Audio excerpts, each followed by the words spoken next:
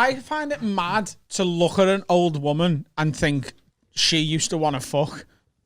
Do you know what I mean? No. You know when you see like a really like frail one of them, and you think at some point, like she wanted dick and lots of it.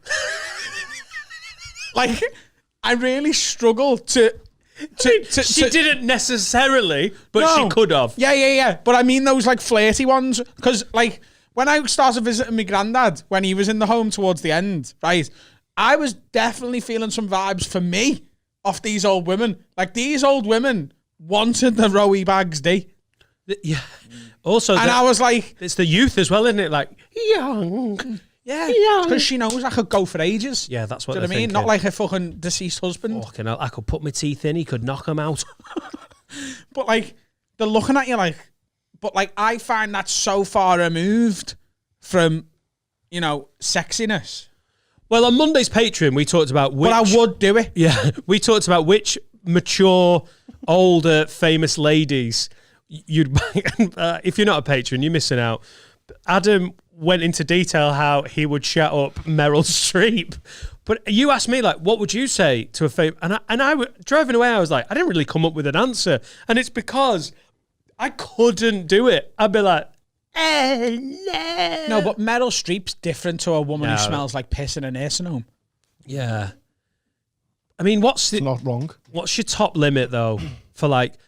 I saw this amazing thing.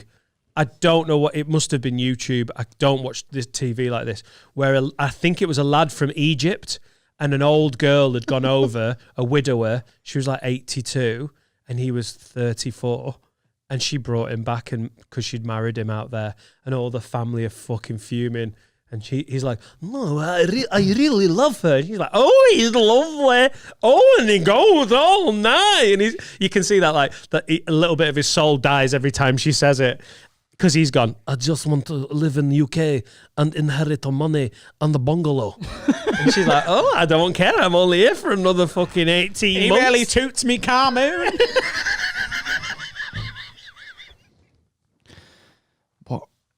Fucking hell. How long was that in your head then? Not long, you know. That's one of those things you think it, you say it, you know what I mean? You know, I'm not even slagging those guys off because they're like, yeah, they get the bread, aren't they? I don't like my life. I want a better life. I want to live in Ellesmere Port in a bungalow.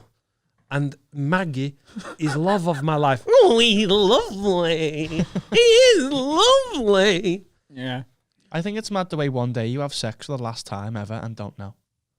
Someone said to me, I think it was Danny McLaughlin said to me, do you ever think about the fact that when you were a kid, one day you went out with your mates for the last time to play and none of you knew that was going to be the last time? Yeah.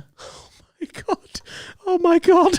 Isn't it really harrowing? Like, because you go out with your mates and you think it's going to last forever as a the kid. last time they knock on your door, you realise, well, you'll knock tomorrow. Yeah. And they never do. Because they die.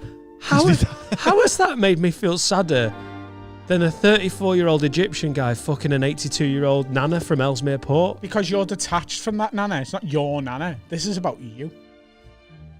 But imagine the day, like, that's it. That's my last jizz. That is so not like Danny Mac's comedy. Is it? Danny Mac's comedy is so like... It was in the green room, he said it to me. Oh, brutal. Yeah. Like one of the last time you went out with your mates, none of you knew it was the last time you were going out. The smell thing. Lighten it up. That is so poignant and on point. I almost can't deal with it. I told you that there's a comedian that I nearly sent... death threat to. We nearly sent a death threat to. Overrun again on me, you little prick. And he was white, part of the problem. This was one of the lockdown episodes, I think.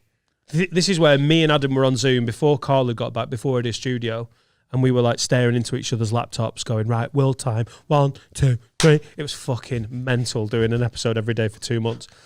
And I think I told you this story, and I'm not going to say who it was, but there was a comedian who smelt so bad of BO. Oh, we both know who it is. That I came back. Can I ask you one question about this? Yeah. Is it like a newer act or a headliner? Headliner. We know we know who who it it is, is, lad. Yeah. And it was so bad. Someone I like, someone I respect, someone who is a well-known good comic. And I walked... Well, I've really fucking narrowed it down there, Carl. Oh, what well-respected good comic? Well, there's only 5 of them. And they're white. Oh, never mind, sorry. Yeah, and I walked on stage after them on stage in Leeds, and I could smell that, like, we'd passed, he'd gone, and I was in the general area of the microphone, and the front row were like this. Well, and I said to Laura, I think I can't me deal and with Carl this. have been on a night out with this comic. Right. And we had to leave. With a friend of all of ours, and that comic. And Carl and someone else we were with left, and I text Carl and was like, where the fuck have you gone? And he was like, I can't be around him, he stinks. Like, genuine, we had to leave. Like, this is not me being, like, horrible. We Had to leave a nightclub the because club he was stanking the nightclub out. Like, the dance floor stunk. Dun, dun, dun, dun. Everybody in the club. We didn't come back. He was like, come back. We're like, no. Yeah. Now, how do you deal with it? I was so close to writing an anonymous note, putting in some soap, shower gel, and some antiperspirant and going, mate, you have a BO problem and I like you. I think everyone does. I can't deal with how cringy this conversation is face to face.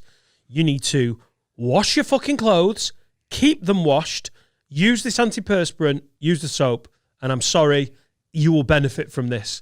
And I didn't do it because I thought, I just tried to put myself in their head, like receiving that thing, and then you'd be like, oh God, everyone's thinking this. I don't know who this specific person is. Is everyone thinking this?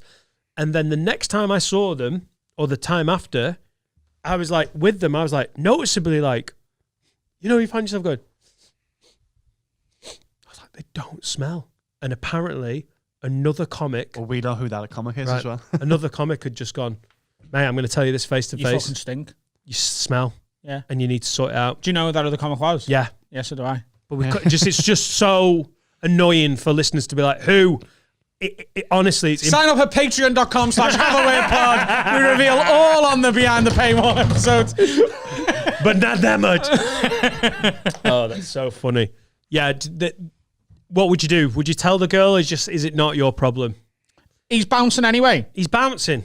Oh, if he's leaving it anyway, then let her go and fucking stank someone else's life up. Or would you not say, look, I could be... Don't be fixing a problem for the next person. Waste of time and effort and cringe. All right. No. Only fix problems that affect your life. If you're going to keep it around, fix the problem. If not, let someone else fix it. But he needs a reason to break up with her. And that's why Adam... We need a reason to break up with her. Yeah. No, he doesn't. He doesn't. You can just tell her he stinks. She stinks. He could, yeah, but he could also... Connor, mate, you don't have to do anything. You can... It's the international ghost. You've seen her twice. It's not the end of the world if you just jog on. If you've been seeing her... No, don't ghost someone. That's nasty. You got to give it a reason. You can't ghost. No. Just text her and say, you fucking stink. No. Say something like, you had a one night stand last year and you found out that she's pregnant. That's easier.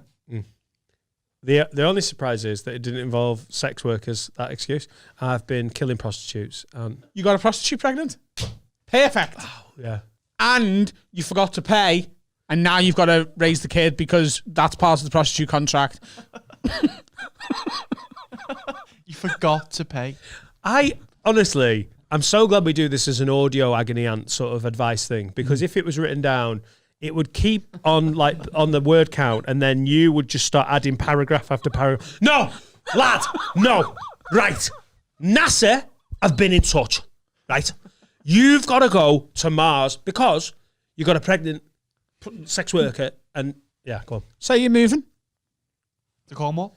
Well, he said his ex got back in touch. He's been using that as an excuse. You can just do... The question is, would you not, just as a parting shot, be like, I'm giving her an excuse. Why don't I just go, here's my excuse, but before I go, Wash your clothes, get some right guard, you fucking hum. No, I'll tell you why. Because I'd imagine this girl's quite attractive, right? Smell aside. Otherwise, he wouldn't have put up with it at all. So maybe what if she fixes her smell and then she's like this beautiful woman who doesn't stink, and then she's like with another guy and he's like, oh my God, I can't believe I let her go. Look how gorgeous she is, and she doesn't stink anymore. Well, you've been a good person. It doesn't matter. Right. If he knows she still stinks, then if he sees her out and about with another lad, he'll be like, yeah, but she still fucking stinks, doesn't she? And if she doesn't stink anymore, at least someone else fixed it. You don't want to be fixing problems for other people. It's not pregnant prostitute. Such a fucking nutter. I love it.